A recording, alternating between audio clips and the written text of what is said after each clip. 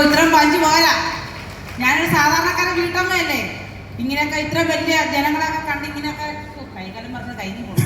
ഇങ്ങനെ വന്ന് നിൽക്കുമ്പോ കയ്യും കാലും വിറയ്ക്കുന്നോ? നീ വാ, എൻ്റെ കൂടെ വാ, പെട്ടെന്നോ. ഓഡിയൻസ് ലൈറ്റ്സ് ഇട്. കയ്യും കാര്യം വിറയ്ക്കുന്നു, അത് പറയാം.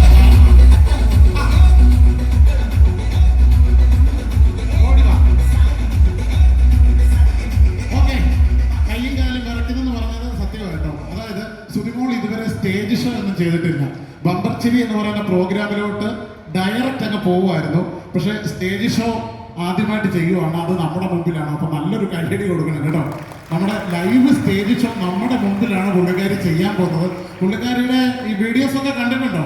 പുള്ളിക്കാരി ഈ ജീവിതത്തിൽ നടന്ന കുറച്ച് കാര്യങ്ങൾ പറഞ്ഞിട്ടാണ് പുള്ളിക്കാരി ആ സ്റ്റാൻഡപ്പ് കോമഡി ചെയ്യുന്നത്. അതായത് സാധാരണ നമ്മളൊരു സ്റ്റാൻഡപ്പ് കോമഡി ചെയ്യുമ്പോൾ ഓരോരുത്തരും ഒരു കണ്ടന്റ് ഉണ്ടാക്കും, ഒരു കഥ പോലൊരു കണ്ടന്റ് ഉണ്ടാക്കിയിട്ടാണ് ചെയ്യുന്നത്. പക്ഷേ പുള്ളിക്കാരി ചെയ്തത് വെറൈറ്റിയാണ്. നടന്ന ജീവിതത്തിലെ കുറച്ച് കാര്യങ്ങൾ ഒരു ചെറിയ തമാശ രൂപേണ പറയും. അതായത് നമ്മൾ വന്ന് പഠിച്ചിട്ട് ചെയ്യുന്ന കാര്യങ്ങളൊന്നുമല്ല. അപ്പൊ നമുക്ക് വേണ്ടി ഇന്ന് സ്കിറ്റ് കളിക്കാൻ വേണ്ടിയിട്ടാണ് ഇവിടെ വന്നേക്കുന്നത്. പക്ഷെ ഈ ആൾക്കാരെ കാണുമ്പോൾ ഒരു പേടിയും വിറയലും ഒക്കെ, അതിനെ ഞാൻ ഇങ്ങോട്ട് വിളിച്ചോണ്ട് വന്ന്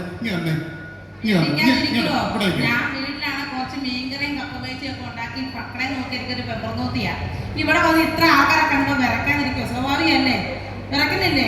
നിങ്ങൾ ഇവിടെ ഒരു ചുമ്മാ വിറക്കുന്നു. അപ്പൊ എന്റെ അവസ്ഥ ഒന്ന് ഓർത്ത് നോക്കി. വിറവലൊന്നുമില്ല. ഈ കൊച്ചാട്ടനൊന്നും ഷേക്കാൻ്റെ കൊടുത്തു. അപ്പച്ചന് എന്നെ ഇഷ്ടപ്പെട്ടില്ല. ഇഷ്ടപ്പെട്ടു ഷേക്കാൻ്റെ തന്നു. ഇഷ്ടപ്പെട്ടു. Love you. സൂപ്പർ.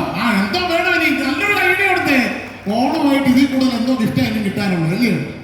അപ്പൊ ഇത് കണ്ടോ, ഒരു പ്രശ്നമില്ല. എല്ലാവരുടെയും മുഖത്ത് ശരിയാണ്, കണ്ടില്ലേ? എല്ലാവരുടെയും മുഖത്ത് ശരിയാണ്, ഒരു പ്രശ്നവുമില്ല. അപ്പൊ സ്കിറ്റിൽ വന്നങ്ങ് തകർത്താൽ മതി. പുള്ളിക്കാരി ഓർത്തതേ, ഈ ചാനലിൽ ചെന്നിട്ട് പുള്ളിക്കാരിയുടെ ഹസ്ബൻഡിനെ വലിച്ചു കീറി ഒട്ടിച്ച കഥ പറഞ്ഞിട്ടാണ് പുള്ളിക്കാരി ഫേമസ് ആയത്. അതുപോലെ ഈ സ്റ്റേജിൽ നടക്കത്തില്ലല്ലോ അല്ലയോ? ചുമ്മാ പുള്ളിക്കാരനെ കുറിച്ച് കുറ്റം പറഞ്ഞതല്ലയോ? ഇവൻ പറഞ്ഞ കേട്ടാ വെറുതെ പെരക്കാതിരുന്ന മനുഷ്യനെ പറ്റി അനാവശ്യം ഞാൻ പറഞ്ഞുണ്ടാക്കി തോന്നുന്നു അല്ലേ? അങ്ങനെയല്ലേ ഇവന്റെ സംസാരത്തിൽ തോന്നുന്നത്? പക്ഷെ ഒന്നുമല്ല, വെറുതെ ചുമ്മാണ്ടിരിക്കുന്ന മനുഷ്യൻ പുറത്തോട്ട് ഇറങ്ങി കിടന്നിട്ട് ഓരോ ഷോ ഇറക്കാൻ ഞാൻ പറയും, അഞ്ചിയും പറയും. അത് സപ്പോർട്ട് ചെയ്തിട്ട് ഒന്ന് കൈയടിച്ചേ. പുള്ളി അതിന് മാത്രം എന്തോ ചെയ്തെന്നായി പറയുന്നത്, എനിക്ക് മനസ്സിലാവുന്നില്ല. ഞാൻ മുമ്പേ അവിടെ ഇരുന്ന് കണ്ടു. എന്തെങ്കിലും പറയാനുണ്ടോ? എന്തെങ്കിലും ഉണ്ട് എന്നെ പറയുന്നുണ്ടോ? എന്ത് ചെയ്യുന്ന പറയണം. പറഞ്ഞു എന്നിട്ട് കസാരക്കടിക്ക് ഇരുന്നു എന്ത് ചെയ്യുന്ന പറയാൻ എന്തെങ്കിലും ഉണ്ടോ? ഇല്ല. നല്ലൊരു കൈയടി കൊടുത്തേ, നല്ലൊരു കൈയടി കൊടുത്ത്. അങ്ങനെ നല്ല ഓണമായിട്ട് നമുക്ക് വേറൊന്നും കൊടുക്കാൻ പറ്റത്തില്ല. കൈയടി കൊടുക്കാനുണ്ടോ? ഓക്കെ. സുതിമോളെ, ആ ചേട്ടനെ കൊണ്ട് ഇല്ലാത്ത കാര്യങ്ങളല്ലേ പറഞ്ഞുണ്ടാക്കിയത് നിങ്ങളുടെ ഹസ്ബൻഡിനെ കുറിച്ച്?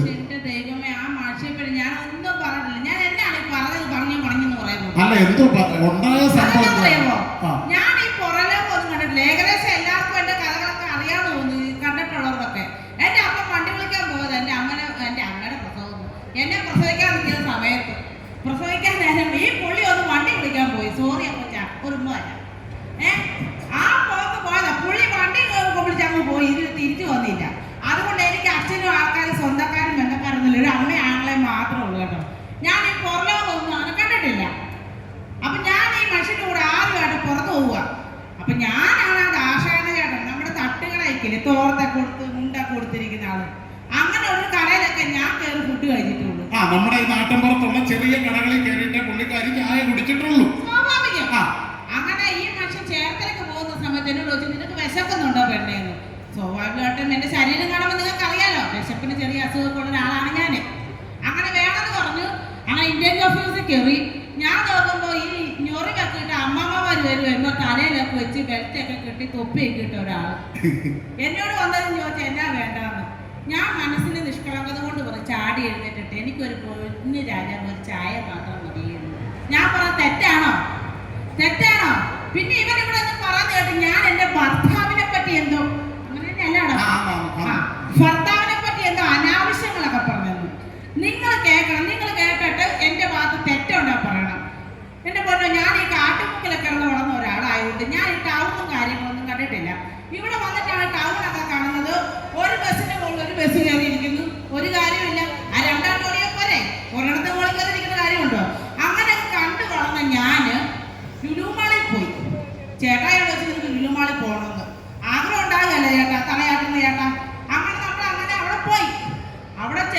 മക്കൾക്കൊക്കെ ഭയങ്കര ആഗ്രഹം.